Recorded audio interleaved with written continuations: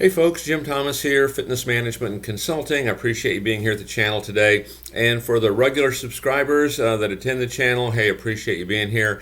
And if you're new to the channel, if this is your first time, you're just now finding us, please consider subscribing to the channel. And if you find the information beneficial, please hit that like button as well. In addition, you can learn more about me, you can learn more about my company with the links below on different ways that I can help you improve and grow your gym and help you grow your business.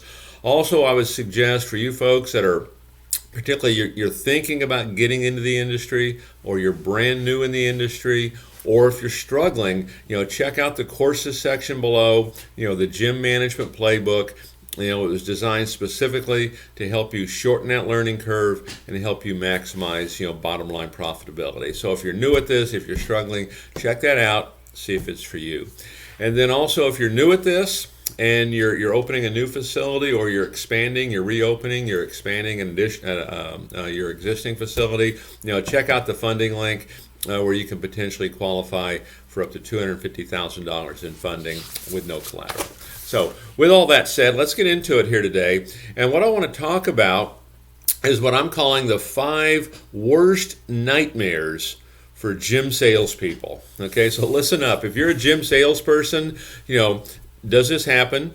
If you want to be a gym salesperson, take a look at this and, hey, how can we prevent this? Or if you're supervising, gym salespeople, is our staff, facing some of this, and what are some things that we can do to help them improve, their performance? So the 5 worst nightmares for gym salespeople. Number one, it's constant rejection.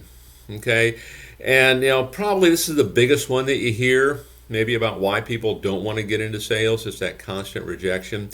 And I'm going to give you an example on this. One of the things that I do when I start a meeting, I'll always ask folks, hey, what's working well, what's not? Okay. And one of the things you hear on a pretty common basis, particularly when I get with a new group, is, hey, what's not working? Well, I'm getting all these objections. And I'll say to them, well, is that a good thing or a bad thing? And they say, well, it's a bad thing. And I say, well, consider this. It might be a good thing. Okay? And the reason it might be a good thing is because if you weren't getting those objections, your company wouldn't need you. Think about that, right? If you weren't getting these, your company wouldn't need you.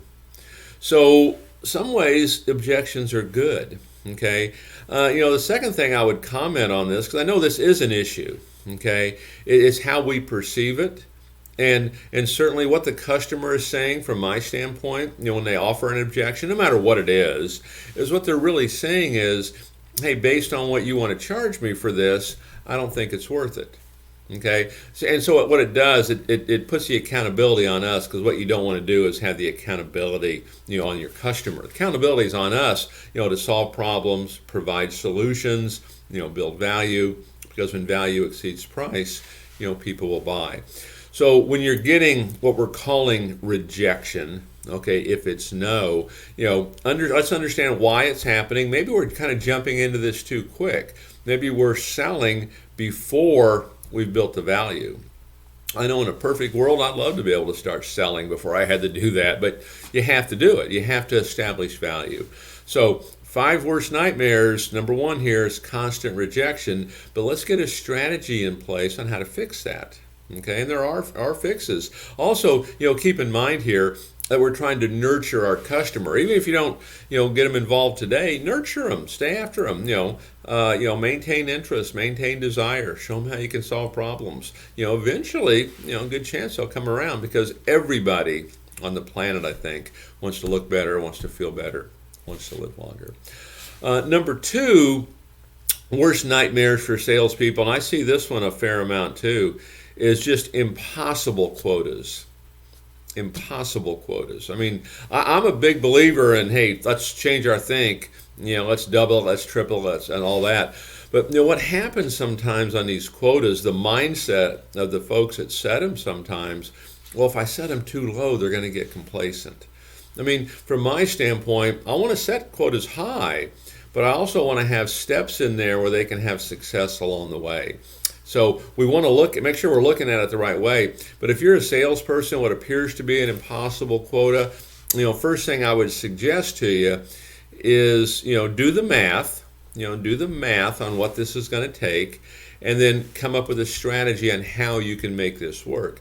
Because you might find the impossible quota is possible. Sometimes it's impossible because we're sitting back waiting for things to happen. We want to make things happen. Let's imagine for a second you had no telephone inquiries, you had no walk-ins, you had no web leads. Let's assume those were gone. Okay, you should be able to still sell. You should still be able to produce. Let's make sure we're doing that, and that can turn that impossible quota into a possible quota. Now, the second thing I would talk about, I'd kind of flip that a little bit. If you're the owner, you're the manager or management that are setting quotas, I want to set people up to succeed. I want to help do things that are going to build confidence. And anything that we do, particularly, commission schedules, one of the primary reasons behind that is we want to teach other people to think like we do. Okay, and that's really why you have it that way. And so, give them some things that they can strive for, and at the beginning, okay, it's easier to hit, and they make smaller numbers, but it exponentially grows as they do better. So you have these hustlers out there that really want to get after it. They can make some money. And I would talk about, we had a club one time, we had an ice storm. Okay, and so the gym was closed because it was, ice. Okay, and I get a call from the manager of the gym, and she says, Jim, hey, we have to get that club open. Get that club open for me. I need to hit quota. Okay, because today's the day. If she hits her quota, she goes to those really high levels. Okay, and she was making, $8,000, $9,000, $10,000 a month in sales because she was so good at it. But you can understand why. Club's closed, she's calling me up wanting to get it open. We got it open, okay, for her. I called the owner. I said, hey, here's what she wants to do. I'd do it, okay, and he did. And she ended up, doing 8, 9, 10 sales that day. She hit her numbers, and she made it work. And where did she get her sales, by the way? Add-on sales, upgrade sales, personal training sales. She turned the existing customer into a prospect, okay? So impossible quotas. Worst nightmare, number 2. Number 3, unresponsive prospects or customers. Okay, unresponsive customers and prospects, and people you call over and over, they don't call you back, or even members that don't call you back. They become inactive. Whatever that might be. Okay, but here's what you want to know about this. Okay, first of all, we want to make sure that we are continually building our pipeline. Make sure we're filling our pipeline so you're not put in a position of having to call the same people over and over and over. Okay, you're still going to call them. I'm not an advocate of really throwing any lead away, but maybe they're not as frequent because you're bringing in new, fresh leads all the time. So make sure that pipeline is staying full. Okay, but also know it's probably going to take between 5 and 15 contacts with somebody, to get them to come back in and give this a shot.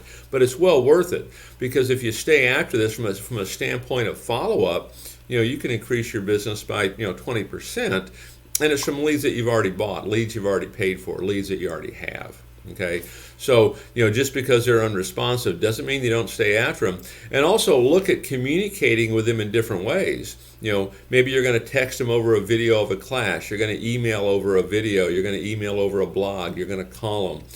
You're going to find them on WhatsApp if that's what they like to use. Maybe they're on LinkedIn. Maybe on Facebook Messenger. Maybe it's a direct message on Twitter. There's so many different ways you can communicate with folks.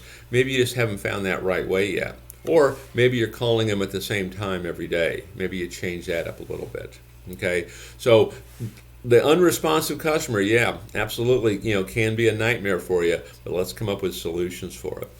Number 4 of the worst nightmares for gym salespeople is that unexpected question. All right, now here's what I suggest, okay, on this, is first thing you do is write down all the questions that you anticipate. Write down all the questions you anticipate, and you're always kind of adding to it. Be prepared for this. Don't be caught off guard. Don't be surprised by it. Okay? If you're a small little boutique and they ask if you have a pool, what's a good response to that? Well, Mary, are you currently involved in a swim program? Okay? I wouldn't go straight to no. You go straight to no, you kind of end the conversation. Okay, I'm going to learn to control with questions on this. But with all that said, what's the number one worst nightmare? And I don't even know if it's an unexpected question. It might be an expected question. But hey, how much does it cost? How much does it cost? And it's so often we get thrown off by this. We either give a complete menu of prices or we try to ignore it and irritate the customer. Okay, be prepared for this. If someone asks you, hey, how much does it cost?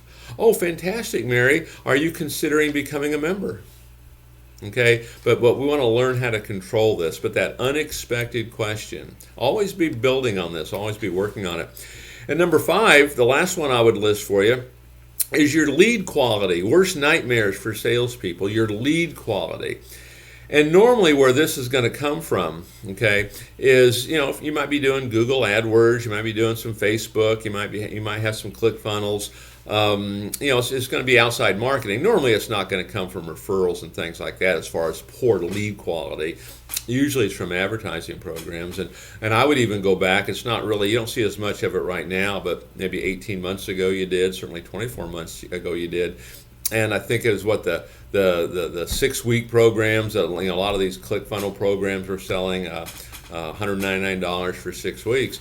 And they were doing a really good job of really generating leads and generating people, but the lead quality itself proved to be problematic for many clubs. It didn't disposition nicely into giving them a tour, giving them a presentation. So that lead quality can really be an issue. But what you want to look at here when that happens is, first of all, treat everybody like a buyer.